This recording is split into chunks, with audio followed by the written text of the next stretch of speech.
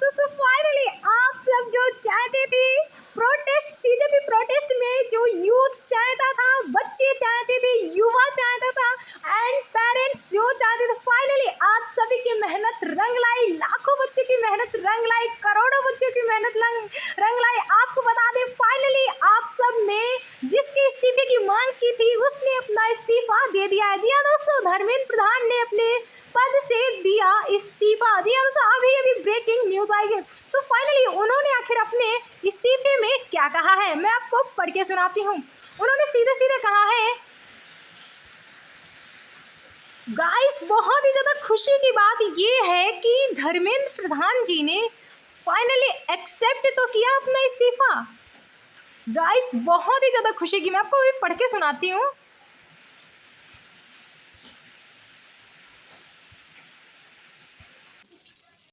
So finally guys मैं आपको पढ़ के सुनाती हूँ कि क्या कुछ कहा है उन्होंने अपने इस्तीफे में।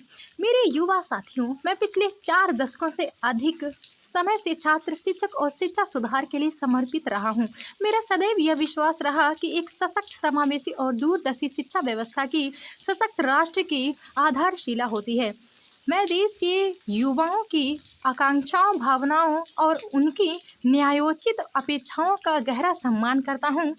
भारत की युवा पीढ़ी के सपनों को साकार करना हम सभी के राजनीतिक एवं सामाजिक जीवन का नैतिक संकल्प रहा है। आदरणीय प्रधानमंत्री जी के दूरदर्शी नेतृत्व में राष्ट्र की सेवा करने का जो अवसर मुझे प्राप्त हुआ, उसके लिए मैं प्रधानमंत्री जी का आभार प्रकट करता हूँ। किंतु 3 मई को हुई नीट यूजी परीक्षा के सामने आई अनियमितता पाई गई। भारत सरकार ने इसको तुरंत संज्ञान में लेते हुए जांच सीबीआई को सौंपी और परीक्षा को रद्द किया एवं पुनः परीक्षा की तिथि घोषित की गई। इसके साथ ही अगले वर्ष के इस परीक्षा को CCTV computer based test mode में कराने का निर्णय लिया। इस दौरान हमारी प्रमुख प्राथमिकता यह रही कि 20 लाख से अधिक छात्रों की परीक्षा सुचारू रूप से आयोजित की जाए। इसके लिए होल ऑफ गवर्नमेंट अप्रोच के तहत काम किया। इसमें भारत सरकार के साथ राज्य सरकार, विशेषकर जिला प्रशासन की महत्वपूर्ण भूमिका रही। साथ ही छात्रों, अभिभावकों व माता पिता के सहयोग से 21 जून 2026 को यह परीक्षा पूर्ण हुई। पहले ही दिन से इस पर मैंने जिम्मेदारी ली और मैं इस परिस्थिति से कभी मुंह नहीं मोड़ा। मेरा यह संकल्प था कि हम किसी भी मेधावी छात्र की संभावना परीक्षा माफिया के कारण खराब नहीं होने देंगे। किसी भी छात्र के साथ अन्याय नहीं होने देंगे। 16 जुलाई को घोषित नीट यूजी के परिणाम संतोषजनक रहे, जिसमें गरीब पृष्ठभूमि से आए कई छात्रों को भी सफलता मिली। परंतु इस दौरान भी कई छात्रों को गुमराह करने के लिए जिम्मेदार पदों पर बैठे व्यक्तियों ने बाधा डालने की कोशिश की, जिससे मन अत्यंत बाधित हुआ।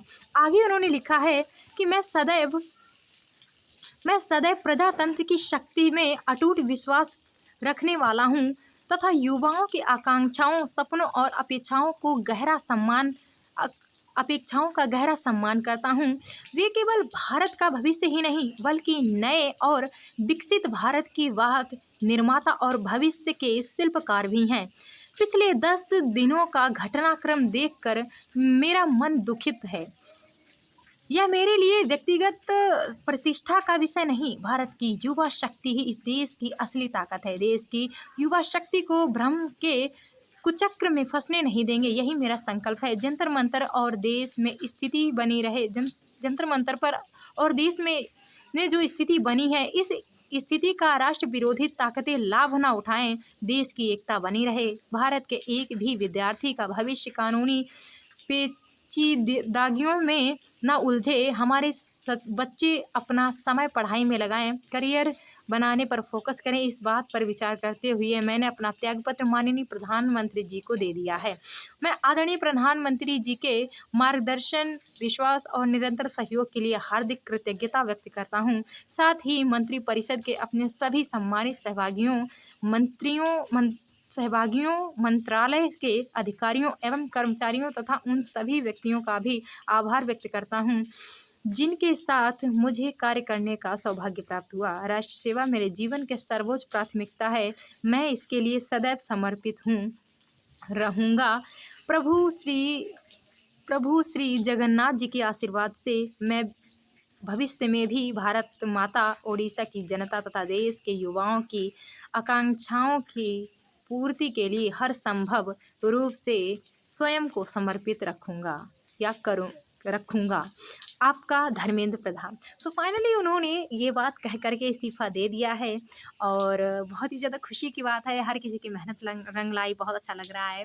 सो फाइनली कहते हैं ना, देर आए दुरुस्त आए, लेकिन जब आए तभी आए। सो ज़्यादा वक्त ना लेते हुए उन्होंने ये जो बहुत अच्छा फैसला लिया है, उन्होंने अपनी हार को स्वीकार किया है। कहते हैं ना, इंसान वो नहीं होता जो अपनी हार को स्वीकार नहीं करता, यानी कि इंसान वही है जो अपनी हार को स्वीकार करता है। और फाइनली व्यक्ति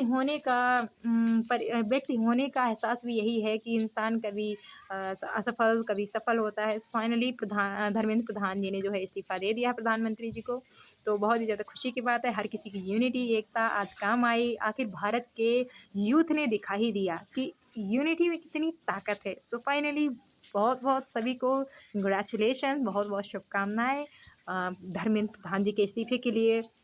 जो सोनम सर ने अपना अनशन रखा था, अभिजीत भाई जी, वाकई अभिजीत भाई जी ने, हाँ, हालांकि अभिजीत भाई जी ने भी कि मुझे हीरो मत मानना, क्योंकि किसी को हीरो मान लेने से ही भारत में ये सब कुछ होता है। सो लेकिन कहीं ना कहीं देखा जाए कि एकमात्र उन्हीं का योगदान है जो सीजेपी का प्रोटेस्ट उन्होंने कराया और धर्मेंद्र प्रधान जी का इस्तीफा हुआ। फाइनली गाइस, इस्तीफा हो गया है। अब देखते हैं नया शिक्षा मंत्री कौन बनेगा। आखिर एजुकेशन सिस्टम आगे सुधरेगा कि नहीं सुधरेगा, क्योंकि कल ही उत्तराखंड में फिर से 2 पेपर लीक हो गए। बड़े दुख की बात है कि हमारे भारत में पेपर लीक का सिलसिला रुक नहीं रहा है। हालांकि इस्तीफा तो दे दिया है धर्मेंद्र प्रधान जी ने। अब देखते हैं कि आखिर शिक्षा व्यवस्था में कितना सुधार आता है।